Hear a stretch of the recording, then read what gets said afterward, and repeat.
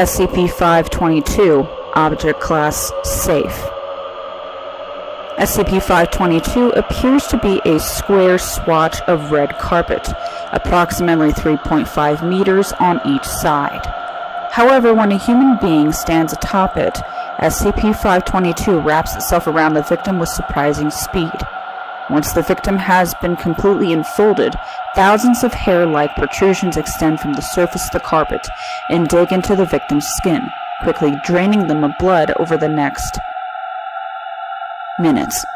After draining the victim's blood, SCP-522 unwraps and attempts to return to its original position, leaving the blanched victim in a heap at its center. Further investigation into the structure of SCP-522 indicates that it is a normal red carpet that has been infested by a previously unknown form of fungus or slime mold. This raises the possibility that there may be other copies of SCP-522 in the wild and necessitates the decontamination procedures to prevent any accidental spreading of spores on site. Furthermore, the red coloring of the carpet is simply just that, the color of the carpet having nothing to do with the organism or the task it performs. Theoretically, SCP-522 could live in a carpet of any color undetected to the naked eye. Of additional note, SCP-522 appears to possess a rudimentary amount of intelligence. If another individual is present within the room, it will not attack, unless it is in a position to overwhelm both people at once. Current observations show that it is also patient. How long it can go without feeding is currently unknown. SCP-522 was discovered during a murder investigation in the town of when one of the investigating officers fell prey to its effects. The mysterious coincidence of two people being utterly drained of blood within the same building prompted the Foundation to investigate, at which point SCP-522 was discovered. The Foundation is currently assessing the viability of using SCP-522 as a covert assassination tool. Research into breeding additional copies of SCP-522 pending approval. Experimental Log. Experiment 1. 1. D-Class personnel placed on the center of SCP-522. Results. Once security left the room, the SCP-522 immediately wrapped up and around the subject. Subject could be seen thrashing through the underside of the carpet. Total exsanguination occurred after minutes, at which point the carpet released the drained victim and returned to its original state. Experiment 2. 2 D-Class personnel both placed at the center of SCP-522. Results. SCP-522 engulfed both subjects. Total exsanguination occurred after minutes. Experiment 3. 2 D-Class personnel, one placed at the center of SCP-522, the other placed at the exterior edge. Results. Even after security left the room, SCP-522 remained in its dormant state. Experiment terminated after 6 hours of no activity.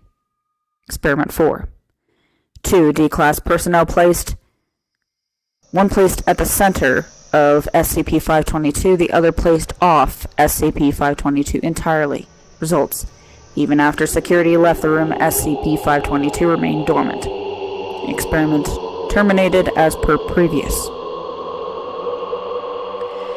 1 D-Class personnel placed at the center of SCP-522. SCP-522 fastened to floor with carpet staples. Results. SCP-522 rips upwards with surprising force, pulling carpet staples from floor. Total exsanguinating occurred in same time span as Experiment 1. Carpet attempted, returned to dormant state, but staples remained free. Experiment 6. 1 D-Class personnel placed at the center of SCP-522. A heavy desk was placed at the exterior edge. Results. SCP-522 pulled itself out from under the desk and engulfed the subject. After draining the subject of all blood, it managed to wedge itself back into its original position, slipping beneath the desk. Experiment 7. One rat placed at the center of SCP-522. Results: SCP-522 engulfed the rat. Total exsanguination occurred in seconds. Note from Dr. You mean we could have been using animals all along? Damn it. Disposing of the remains would have been much easier if I'd known that earlier. Experiment 8. Two rats one placed at the center of SCP-522, the other placed at the opposite side of the enclosure, acting as an observer. Results: SCP-522 engulfed the rat placed upon it, despite the presence of the observer rat. Note from Dr. Curious. The only difference between Experiment 4 and Experiment 8 are the species of the subjects in question, yet we see two totally different results. This bears further investigation. Experiment 9. One rat placed at the center of SCP-522. One D-Class personnel placed off to the side, acting as an observer. Results: SCP-522 remains inert. Experiment 10. One D-Class personnel placed at the center of SCP-522. One rat placed off to the side as an observer. Results: total exsanguination occurred in minutes. Seconds. It seems to be getting faster. Note from Dr.